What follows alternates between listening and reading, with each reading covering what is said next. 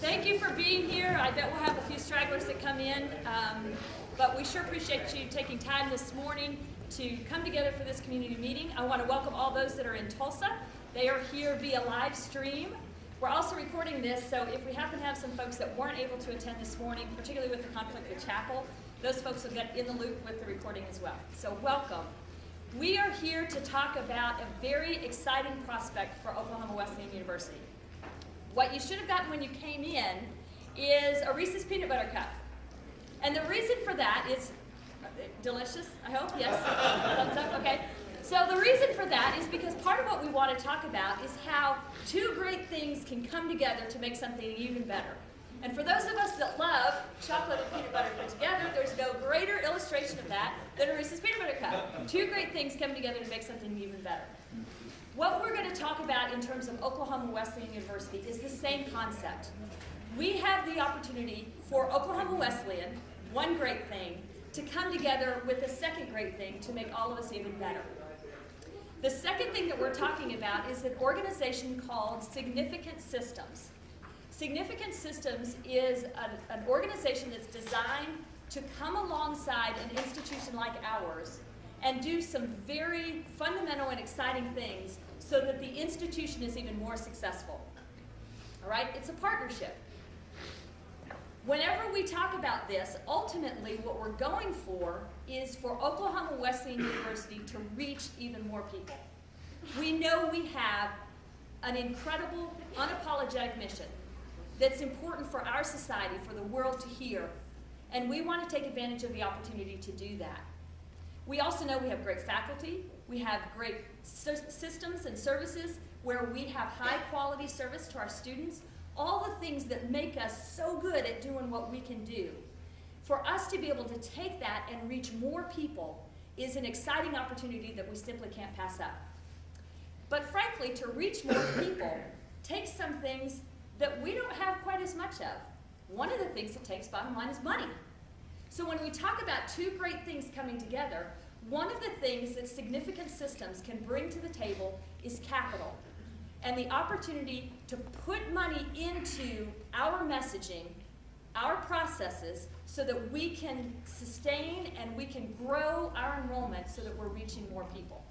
So part of the partnership that we're talking about with Significant Systems is taking what we do so well and partnering with them to get the message out so that we can grow our enrollment.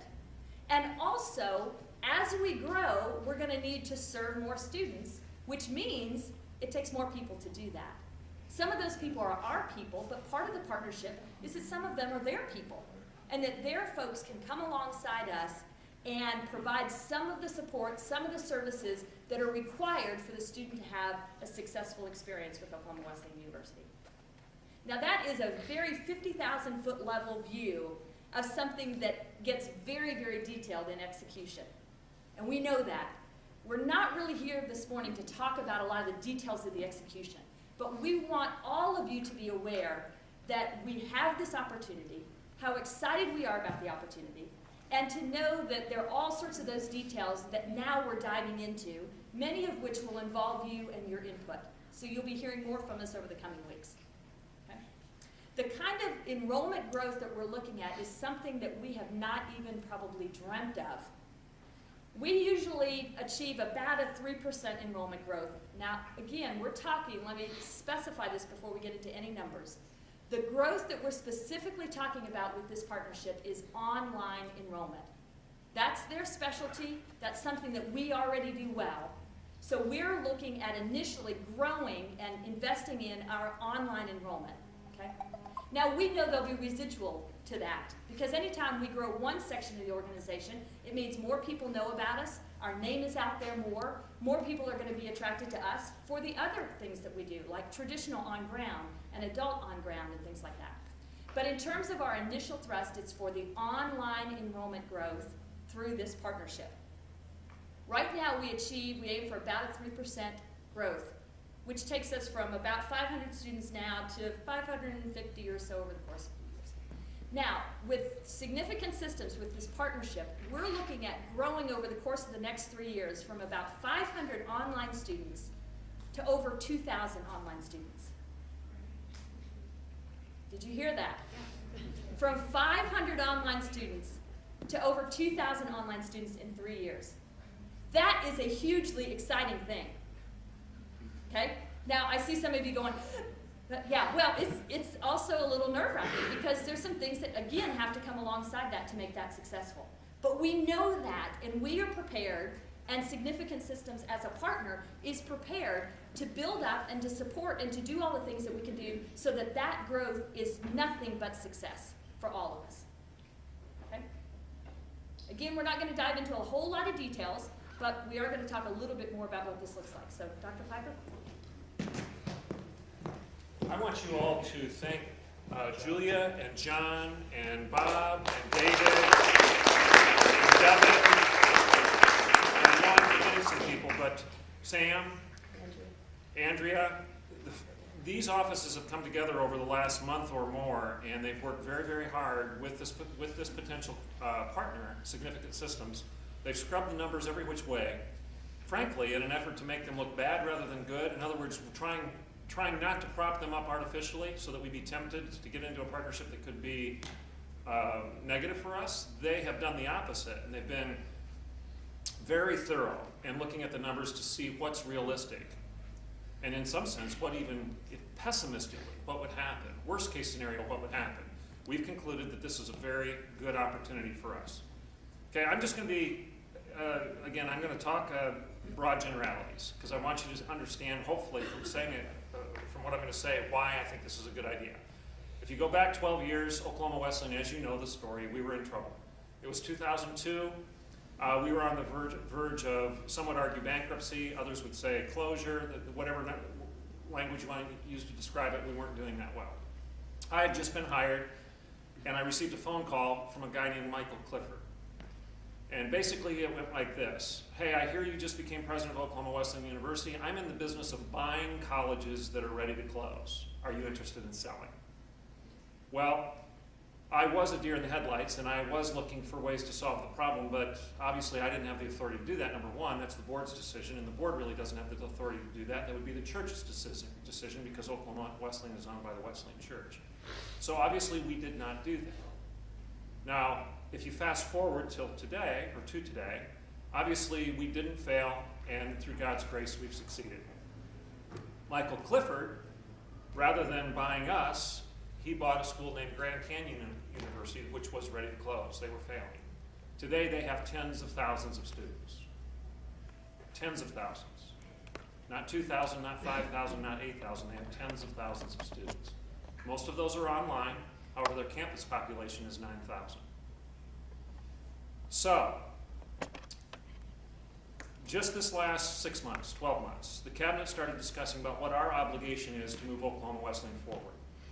If you use Christ's parable of the talents, what does he do, or what does he say God does with those that hide their talents and basically bury them in the backyard? It doesn't end well for those folks, does it?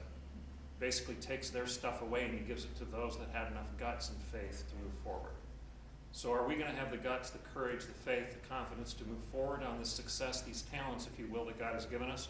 Or are we going to bury it in the backyard and hunker down and hope everything just keeps going like it does today? I think it's our obligation as a leadership team to try to figure out how to be the best stewards of the things that God has given us. The greatest thing that I think God has given us is our mission statement. You've heard me tell the prospective students my little pitch over and over again. You know, you can find a beautiful campus, and you can find accreditation, you can find great sports programs, you can find all this stuff someplace else. If that's what you want, go there. But you can't find the 4 pillars. You can't find our confidence and our commitment and our mission statement at many other institutions. I think that's our talent, and I think that needs to be invested broadly. I've used a very simple sign language, if you will. Why would we want to keep the gospel here if we can take it out to here? Why would we want to take the 4 Ps and confine them to here if we can take them here? Why would we want to confine the Keating Center for Capitalism and Free Enterprise and Constitutional Liberty here when we can take it out here? Why do we want to confine the Josh McDowell Institute and Christian Apologetics and Christian Thought and Biblical Worldview here when we can take it out here? So, we're talking to Significant Systems again. Michael Clifford, again, not because we're failing. It's a totally different context this time. We've essentially said, Michael, do you want to talk again? we're winning, we're successful, we've got zero debt, we can bring something to the table. We can give you a great aerial view of a gorgeous campus. We can give you CBS Money Watch banners. We can give you U.S. News and World Report. We can give you the Josh McDowell Institute. We can give you the Keating Center and the Chesapeake Energy School of Business. We can give you stuff you don't have. Do you want to sell it? And oh, by the way, if you sell it, what cut do we get? Okay? And that's what we've been doing over the last month. Is this an opportunity for us to go from here to here and to impact culture with the Lordship of Jesus Christ? Not just Bartlesville, and not just Oklahoma or southern Kansas, but impact all of culture with the Lordship of Jesus Christ. Now, the fun part of this is when we talk to Michael Clifford and Significant Systems that way, their eyes lit up. And more than anybody else we've talked to, they get it. They seem to understand that that's something unique. In fact, I get the feeling that they're kind of giddy and they're thinking to themselves, I can't believe those guys had the guts to pull this off. I can't believe they actually did it. And they actually have created an institution that is that unique, that distinct, that bold about its mission. We can sell that. If you will, we'd like another arrow in our quiver because we can shoot that arrow and we can win. So that's the attitude that we've approached them, with which we've approached them, and their attitude of response has been great enthusiasm. So what we're going to talk to you about today is we want to, and we likely will enter into a partnership with them immediately, whereby they help us grow, and we have to put $0 of capital investment at risk. In other words, it's their money that's going to be dumped into marketing. We don't have to go borrow it to take a risk. I said to the smaller group yesterday, you know, if I was fortunate enough tomorrow to go out and find somebody to give us $5 million for marketing, that's all they wanted it to be used for. You can't build a building, you can't put it in scholarships, you can't use it for annual fund. I'm going to give you $5 million. You have to use it for marketing to grow the institution. I would hope we'd all jump up and down and say thank you. But frankly, I'd be scared to death because I'm not too sure we'd know what to do with it. I'm serious. I'm not too sure we would know how to use that money wisely. And what we have right now is an opportunity to go to somebody else who's already been around the block a couple times, who recognizes who we are and is excited about who we are, and we can say, okay, we don't have $5 million to throw at marketing. You do. Do you want to do it? And they've said yes. They've said yes. And that's just the tip of the iceberg in terms of what will happen in terms of that partnership and the investment and the opportunity to get growing. Now, I want to make this clear. Julia said it, but I want to make it clear before I sit down. This is for online only. This has absolutely nothing to do with the campus operation, other than when somebody throws $5 million of marketing into Oklahoma Wesleyan next week, I can't help but believe it'll have an ancillary benefit to the campus. But we're not assuming any of that. We're assuming nothing happens in terms of campus growth. Again, trying to be overly conservative and almost pessimistic in our look at what this could do. But there's no way. There's no way that kind of investment isn't going to affect the entire institution's growth. But the Significant Systems Partnership, and hear me on this, the Significant Systems Partnership is for online. That's what it's for. They're going to help us grow our online enrollment and our online offerings, our online degrees. That's what it's for. And the growth that they're talking about, John and Julia and the rest of the team are talking about, is online. We're going to say this too. Don't be threatened by this. All I can say is trust me on this. Why in the world would you be threatened in your job if we're growing? Okay? Will a couple jobs change and have different configuration, different job description, different opportunities for professional growth and resume building? Well, sure, that'll probably happen, but welcome to my world. That happens every day. I mean, my cabinet hasn't had the same job description 1 year to the next. I mean, John's had 5 job descriptions in 5 years. I mean, that's life. As you're growing and as you're healthy as a family or as a team or as a corporation or as a college, you have opportunities as a player to develop and take on different roles, different responsibilities. You step up to the plate because you've developed a new skill. And I think some of you will benefit from that. Many of you will continue to just do your job as you presently do it. Obviously, the faculty will be doing that. Most of the staff will be doing that. But there might be a handful of people that'll have a new opportunity to not only do the job they've been doing, but to fine-tune it and hone it and add some skills to that, because we're growing. We're growing. So I don't want this to be a conversation where somebody leaves here saying, uh-oh, they're doing this because they're trying to downsize. They're doing this because they're trying to trim the budget. Absolutely not. That is not why we're doing that. In fact, if that were our attitude, we wouldn't be talking to these folks. We would just hunker down and try to do it the way we've been doing it for the last 12 years. We're doing this because we are going to grow. And I firmly believe we don't have any option but to grow. And I think it would be unbiblical to take a position otherwise. And finally, after being here for 12 years, we're in a position to do it. Do it with confidence and do it really, really big time. Rather than here, we're going to go here, and we're going to go here now. So with that as a context, who am I handing this to? John.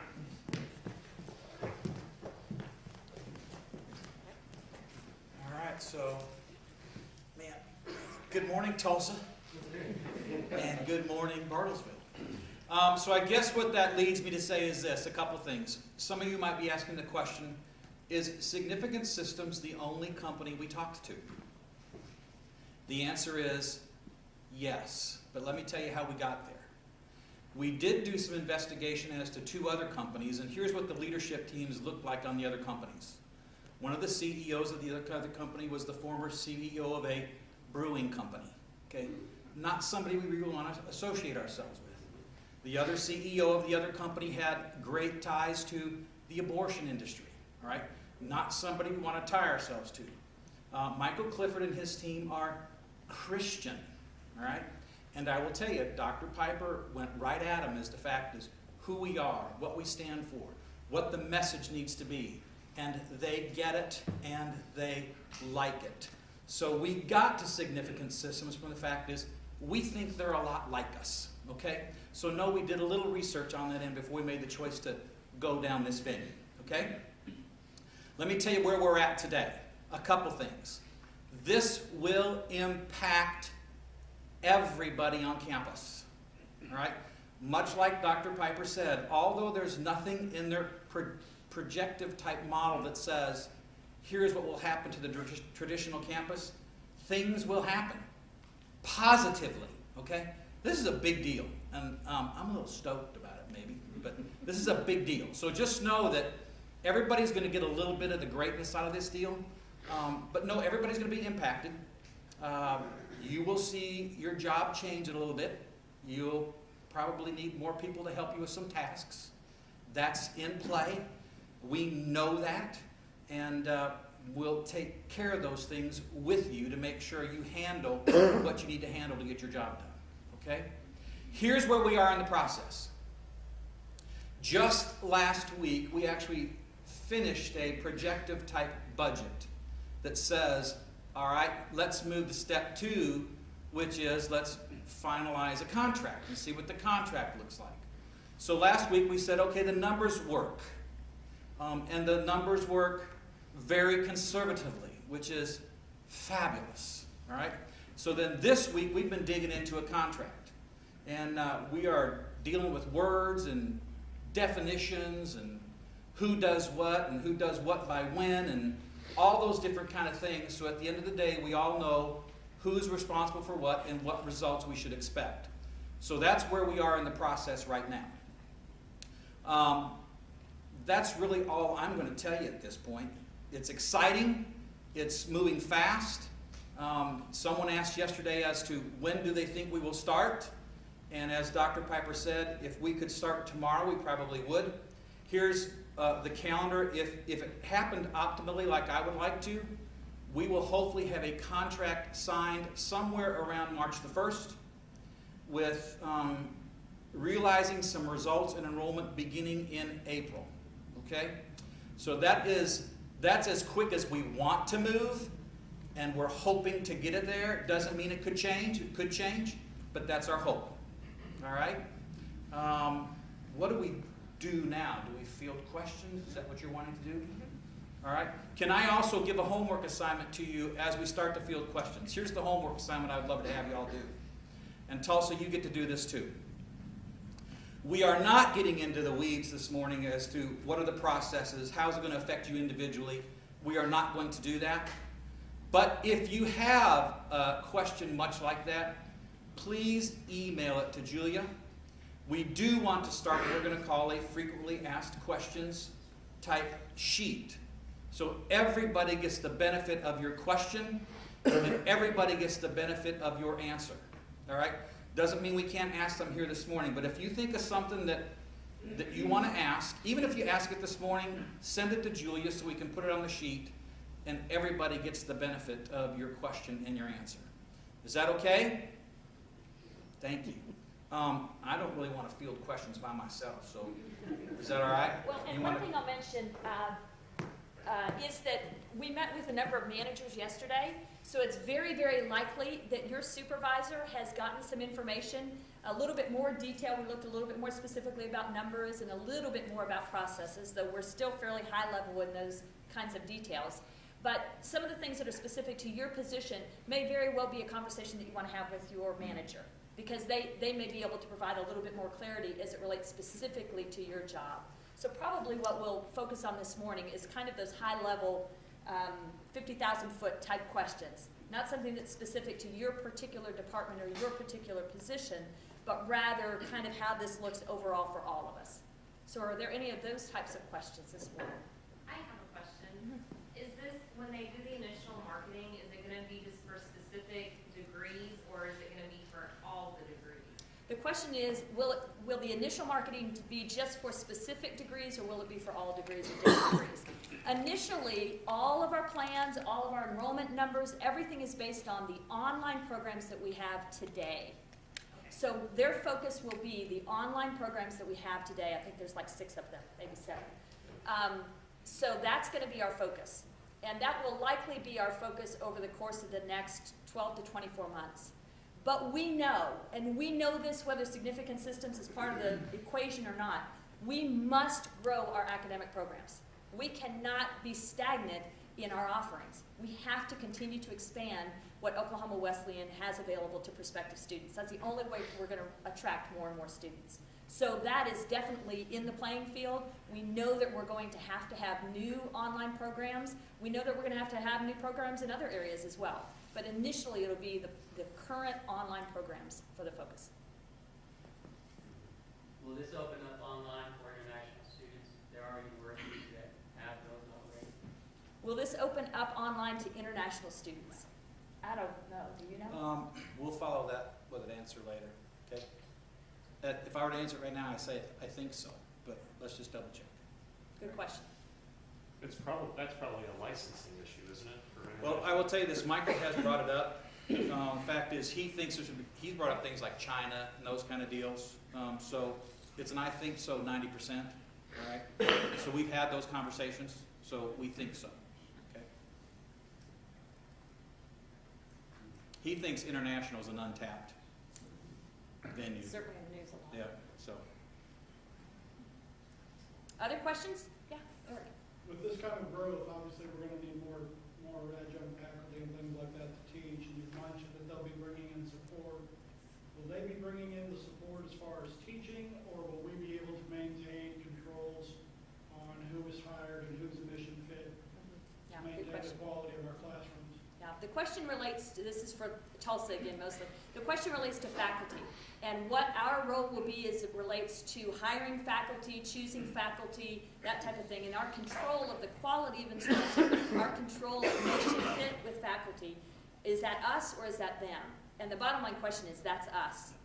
We know that in this equation there are things that are ultimately and utterly our responsibility. Academic quality is our responsibility, faculty is our responsibility, financial aid is our responsibility, some of those kinds of things. Now, I will tell you that 2 things. Number one, these folks have been in the education field for years and years and years, and they have contacts. Talk about an ideal headhunter. Somebody that already knows high-quality faculty that are out there. So they may refer faculty to us for consideration, which will be fantastic. We'd love to be able to have that opportunity. But ultimately, we still decide who is a faculty member for Oklahoma Wesleyan University. The other part of it is, as we are marketed out there to prospective students, our name's simply going to be out there more, and high-quality faculty are going to see that and say, hey, that's an organization I'd like to teach for. So we also expect that we will get potential new faculty that are coming to us because they're hearing our name, they're hearing our message, and they want to be associated with us. But again, we'll evaluate and we'll choose. If I could just add to that, John said that I hit significant systems hard in a meeting with regard to our missional identity. And I did it on purpose. I got real Piperish and ornery, and I basically, if I remember right, I thumped my finger on the table when they were in my office with the rest of our team, and I said, you will not homogenize us. And then I even personalized it, and I said, you will not homogenize me. I will not shut up. And I wanted to see how they would react. Or are they going to say, let's go? They said, let's go. And I mean that. I meant it when I said it to them, and I mean it when I say to you. We're not going to get homogenized. In fact, we've had CCCU schools, other Christian schools, and we've had board members, et cetera, suggest, well, why don't you partner with XYZ? I think XYZ would want to homogenize us more than Michael Clifford. And I don't want to be homogenized. I don't want to be just another vanilla Christian institution. That's not who we are, and that's not the secret to our success. Our distinction is Oklahoma Wesleyan University in our boldness and our confidence and our clarity and our singularity. And they're going to, by contract, be forced to allow us to continue to control that and be passionate about that. And they're not reluctantly going into that contract. They're excited about that. So we control it. The answer to the question, whoever asked it, is we control it as much as we do today. Yeah, we'll grow. We'll have some challenges. The adjunct faculty and everybody else that we need to bring on board, we'll vet them in the same way that we do now, and we're going to make sure we got people that believe in us and are passionate about it. Yeah, Sarah. Is that mostly adjunct faculty that we'll be bringing on, or will we be hiring full-time as well? The question is it mostly adjunct, or will we be hiring full-time as well? And in terms of specific plans, the answer is we don't know. In terms of general plans, we've looked at budget in the financial projections that we're doing, and we recognize that when we reach certain levels of enrollment, we're probably looking at full-time faculty that will fulfill those kinds of roles. But initially, as you know, right now for our online programs, we operate with almost 100% adjunct. We don't expect that to change in the short term, but we'll just see what the growth prompts us to do in the future. Does that help? Other questions? Any from Tulsa?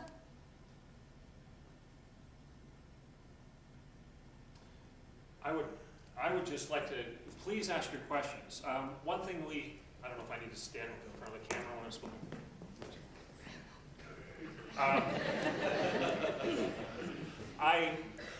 I don't want you all leaving and not leaving without asking your questions that allow us to stay on the positive side. So please accept my challenge on this. This is a big deal, and we believe it's very positive. We believe it has tons of potential. I believe that it's the right thing to do, and I had a friend of mine yesterday in Tulsa, and he challenged me. He said, "You got it too easy right now. Things are going too well. It's going really good at Oklahoma Wesleyan. Your budget is predictably balanced. You've got great faculty. Very few people are fighting with you. You've got this homogeneous group of people that seem to all be on board. You're all pulling the same direction. Your life's too easy." And he was challenging me that I need to leave and go someplace else and take on another challenge. And I said, "You don't know what we're getting ready to do." He said, "Yeah, but Oklahoma Wesleyan doesn't know. Nobody knows about Oklahoma Wesleyan." I said, "That's true today. It's not going to be true tomorrow. We're getting ready to go. We're getting ready to go, and I think life will be fun. I don't know it's going to be as easy as it is today for any of us, but it's going to be fun. It's going to be exciting. This is the right thing to do." I kind of feel like we're the 12 disciples getting ready to conquer the world, because we're going to impact culture with the lordship of the guy we're following. And we're not going to be satisfied with anything less than that. This is a huge opportunity for us to do that. That's fun stuff. So I want you to ask the right kind of, all of your questions, but I want you to leave here with that type of enthusiasm rather than anxiety. So if you've got something anxious going on, ask it. Ask it now before you leave, okay? Lisa? What are some of the specific marketing strategies that you're going to employ? The question is, what are some of the specific marketing strategies that they're going to employ? We don't have a lot of specifics yet. We know that these guys know what they're doing. There is no doubt in our mind, we've seen from the past experiences that they've had, that they know how to take an institution to that whole nother stratosphere in terms of growth. We have general ideas in the contract that we're reviewing, all sorts of different marketing tools that they reference, but we haven't gotten into specific marketing plans yet. But again, we have all the confidence in the world. They know what they're doing, and we'll learn from them. Other questions? Yeah, David. Has Michael said whether he believes this is the right time to get in? Are we behind some of the other schools that are already in online? Are we ahead of a lot of schools that are shuffling their feet, waiting? Are we ahead of the curve? Let me answer A it. little bit. I'll answer it this way: is we started this conversation in the summer because we know that education today is not going to look the same way in 2 years. All right? It's just not going to be the same. How education is delivered, how it's priced, all those things are going to be different in 2 years. So whether we're in the middle or we're towards the front, we're not following. Okay? We are towards the middle to the front end of getting on something that's fabulous. And so this will take us, secure us, keep us relevant, and keep us in play. All right? There's just a lot of things that are going to change. They even have enhancements that are coming down the road in the next 12 to 18 months that we've talked about, but will once again help us secure ourselves for the future as well. So I think we're positioned very well, we're very proper, and we're very timely. So this is a good thing for us as far as timeliness. Okay? If I could, one of my reasons for keeping talking here is I want to get you guys to think, start asking questions. But one of the things that I think David has prompted and John has alluded to here is the educational model is going to change. You guys have been reading the news. You see some of the experts, quote unquote, out there that are saying that college education is not worth the investment. And some of these, you've got stuff in the Wall Street Journal. You have stuff in the New York Times. You have articles all over right now where they're disparaging the value of a college degree because it costs too much, and it's not worth the money, it's not worth the investment. I obviously disagree with that, but who can argue that it's not too expensive? It's getting way too expensive. So what do we do about that? Well, a new model, in order to address that, is to stop investing a lot of money in capital, in buildings and libraries, and dormitories and campuses, and even regional centers. Stop investing money in those buildings and start investing money in online. Because you can increase your volume and you can decrease your cost as a result of doing that, and you can also increase your ministry and your impact because you can touch tens of thousands of people without building new buildings. And frankly, I believe that that's the direction we need to go. I think this day is done where you go out and you build these beautiful office complexes in city X, Y, and Z across your region, and you use those as centers for your AGS. That's expensive.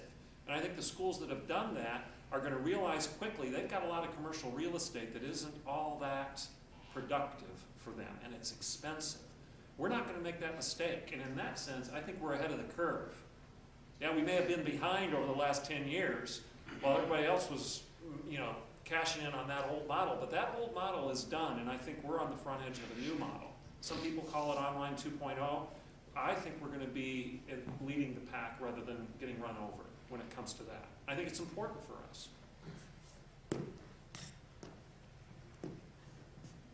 Doug?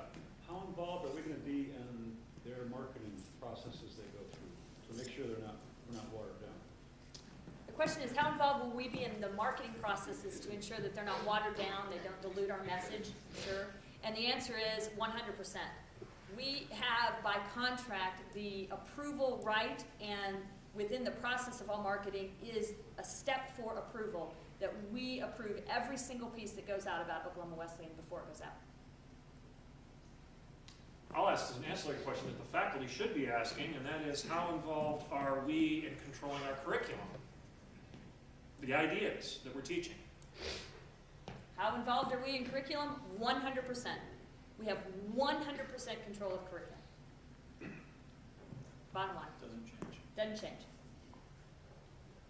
Just so you know, the contract's set up to protect ourselves. I mean, that's literally what we do. We're protecting ourselves to make sure that the mission does not become vanilla. All right, so those kind of questions, we're in it, just like you are today. Okay. I'm not sure if everybody heard this at the beginning, but the model, if you look at Google, Grand Canyon University, you could see the growth that they've had, and that's the model that we're basically going to use. So I don't think people heard that.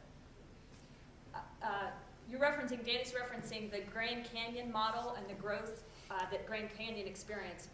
And you're right, in terms of that model, we'll see a lot of parallels between what happened at Grand Canyon and some of the techniques that were used to grow Grand Canyon that will apply in our situation as well. But there are some distinct differences. Grand Canyon was hurting at the time that their relationship started. We're not. We are so positively positioned that our relationship and how it plays out for us is inevitably going to be a little bit different because we are a thriving institution. But there will be some parallels, some similarities, because the expertise that allowed that to happen is part of the expertise that we hope to apply to us. And I do think that, Danny, your point's well taken in terms of the success of the Grand Canyon model in terms of marketing and the financial success and the enrollment success. I would point out a huge difference that Julia just alluded to, and that is they took over Grand Canyon when Grand Canyon was nothing. And therefore what Grand Canyon is today was what they created. They're not taking us over, period. Okay? We're partnering, and they don't need to define us, and we've told them not to define us. We're defined quite well, thank you. So that's a huge difference. In fact, my buddy that I was telling you about who was challenging me in Tulsa yesterday, he said, "Why are you going to Grand Canyonize Oklahoma Wesleyan?" I said, "We're not. We're not going to Grand Canyonize Oklahoma Wesleyan. We're giving an organization that has a track record of marketing success an opportunity to Oklahoma Wesleyanize our culture." There's a big difference in those two models.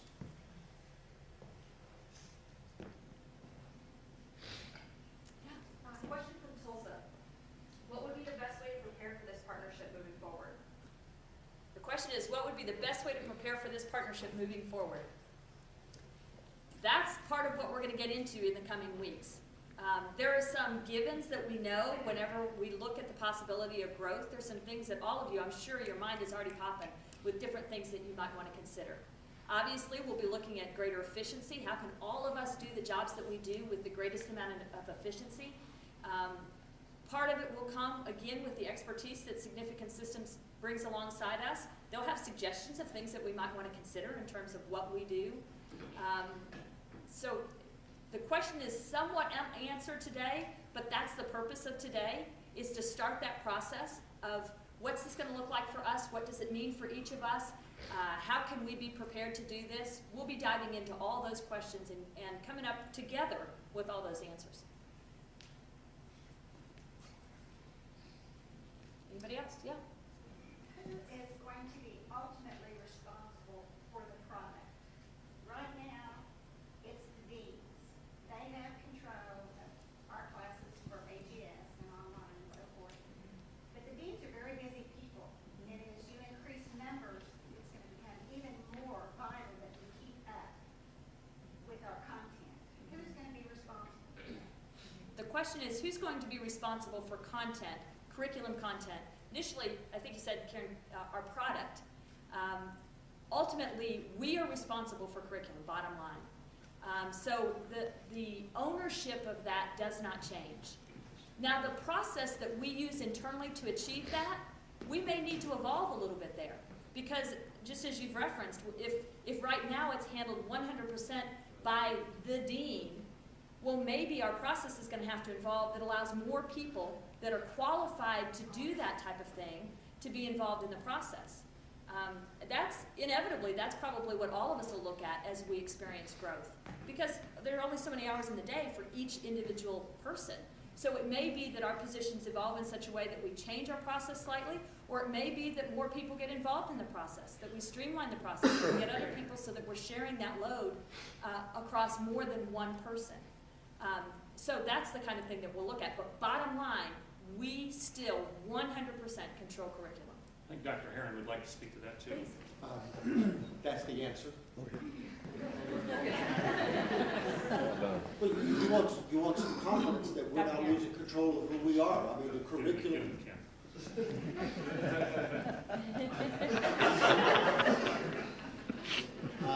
Our faculty and our dean still control the curriculum. That was a non-negotiable. And institutions who are larger than us have learned how to control their curriculum. So there are tricks, there are techniques, there are processes. We'll grow into that. We won't yield the responsibility for the curriculum, that is to say the product. And if it helps in terms of assurance, our accreditors won't let us yield that. I mean, we don't want to yield that. We wouldn't choose to yield that ever. But we even have an outside body with our accreditors that say, that's got to be you. Well, you're right, it does, and it will. So will we have access of, they have a proven track record of having this content delivered in a timely fashion. So even though we are in charge of the content, will we have access to their processes and delivery system and all that to help with this? Good question. So we'll be responsible for content and have total control of that. But the question relates to the processes. And will we have them, significant systems, somehow supporting us with those processes? And the answer is yes. That's exactly part of what they bring to the table, is this ability, manpower, expertise that will come alongside what we already know how to do and allow us to deliver what we do to this exponentially greater number of people than we are right now.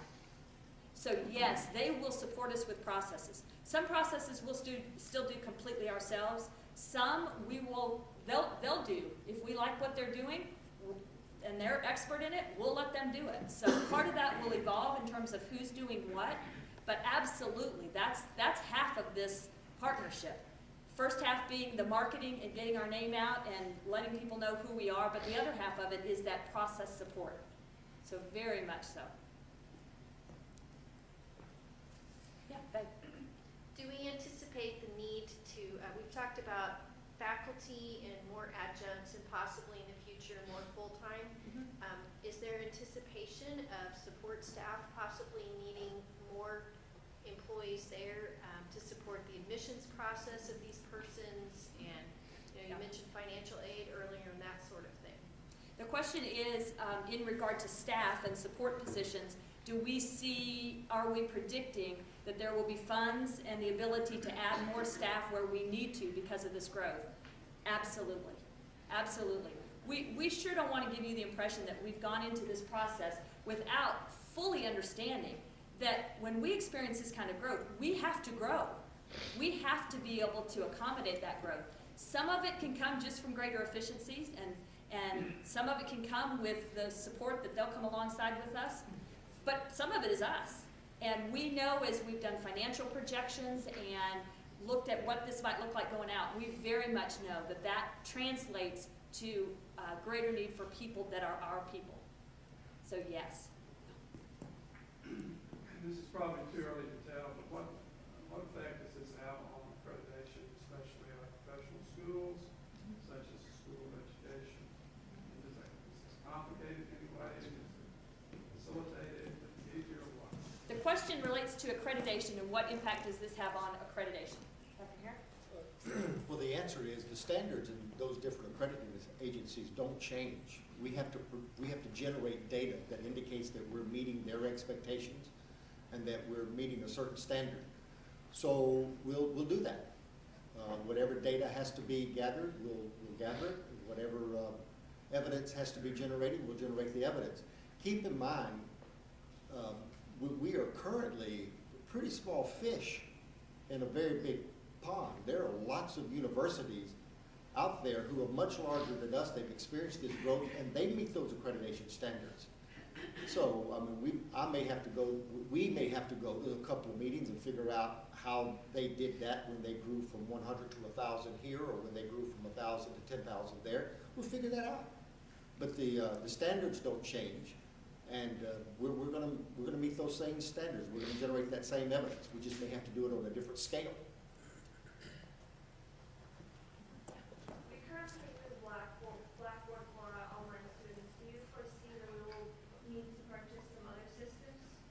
question relates to our learning management system, Blackboard. That's the system that we currently use. So the question is, will we continue to use that? And that's a question. So the answer is we don't know yet. What we do know is that that is a significant decision. And that to migrate from one LMS to another LMS is not something that you just say on Friday and Monday morning you come in and it's done, sort of thing. So we know that that's part of the evaluation that has to take place. We know that if there is a decision to migrate to a different LMS, there's a whole lot of work and a whole lot of steps that go into achieving that. So it's a decision still yet to be. And let me say this, just when we say we don't know yet, we've had a lot of discussion. Oh, All yeah. right? So a lot of discussion around the LMS. So it's not like we haven't had those discussions. We are far down the road as to deciding what we're going to do. All right? And the contract gives us flexibility Yep. in making that decision. And David said the contract gives us the flexibility to make those decisions, so it does. Yep. Not having looked at the Grand Canyon model, how would this impact anything with the arts, especially like music? Would that just be an ancillary thing, or is there any kind of activity there online? We're going to call that an intangible, for the lack of a better definition. Would you repeat the question? Oh, say the question again, David, so I can repeat it. Or was that Jonathan? That was Oh, Jonathan. yeah, Jonathan, okay. How would this impact things in the arts, especially like music? Would that be something that would only be ancillary, growth on ground, or is there any kind of online type of thing for that? All right, so the question is, will this impact the arts? For you specifically, music. Yes. At this point, that's going to be an intangible. We don't know yet what we'll do to the traditional campus, but it should grow you, okay? And at this point, there is not a arts type major on the map to be added for online. Doesn't mean it won't be there, okay?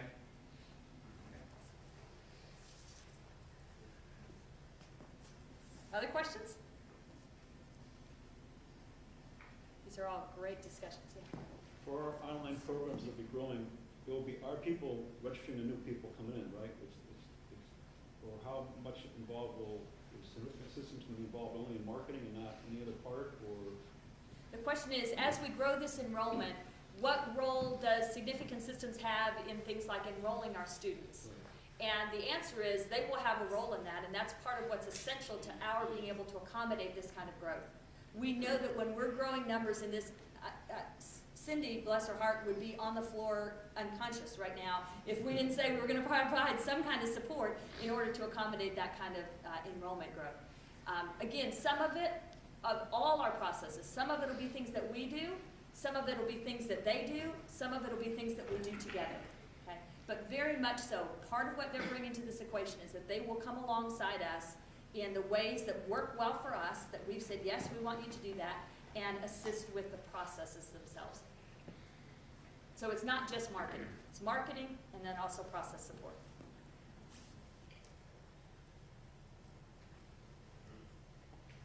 Other questions? Can I say something in, Please. and then if you guys want to close differently. Guys, as I look at it, we're at a point at Oklahoma Wesleyan where we can choose between one of two worlds, or two strategies, if you will. The first choice would be continue to do what we do and not change much. And what we've been doing has worked. I mean, we can basically plan on a few percentage points of growth. We can basically plan on giving you a 2 to 3, 4, 5% salary increase per year. We can basically assume that if we do those things, that we're going to have to increase tuition 3, 4, 5, 6% per year. We've been doing that for 12 years. We've been saving our pennies. We've been frugal in the way we use the Lord's money, and it's worked. And we're successful. And we could continue to do that. And we could continue to increase tuition by 4, 5, 6% per year. And we could continue to hope that we'll increase enrollment and the kids will still pay it, and that we can give you salary increases, and that we can continue to be healthy. We could do that. But I think the world is changing around us, and I think if we made that decision, we would be making decisions with blinders on. Because the academic world is changing, the political world is changing, everything's changing, the economic models are changing. And I think we've got to recognize that. So the first choice is stay the course. The second choice is, while we're strong and while we've got the health to make good decisions rather than decisions that are based on panic, exigency, and crisis, let's do the right thing. Let's position ourselves where we're in the driver's seat and we're signing a contract that allows us to get into a new model, where we continue to have the exact same ideas with the exact same passion, and that new model allows us to go from here to here. And I believe that this idea that we're bringing to you is exactly that. And the huge blessing, we don't have to risk one dime of Oklahoma Wesleyan money to do it. It's their risk, it's their money, and even if it were less than what we hoped for, even if it were a dramatic failure, I can't help but believe that $5 million thrown at marketing with our logo all over it would accrue to our benefit somehow. So I think the risks of doing this are so dramatically low that we would be foolish to not move in this direction.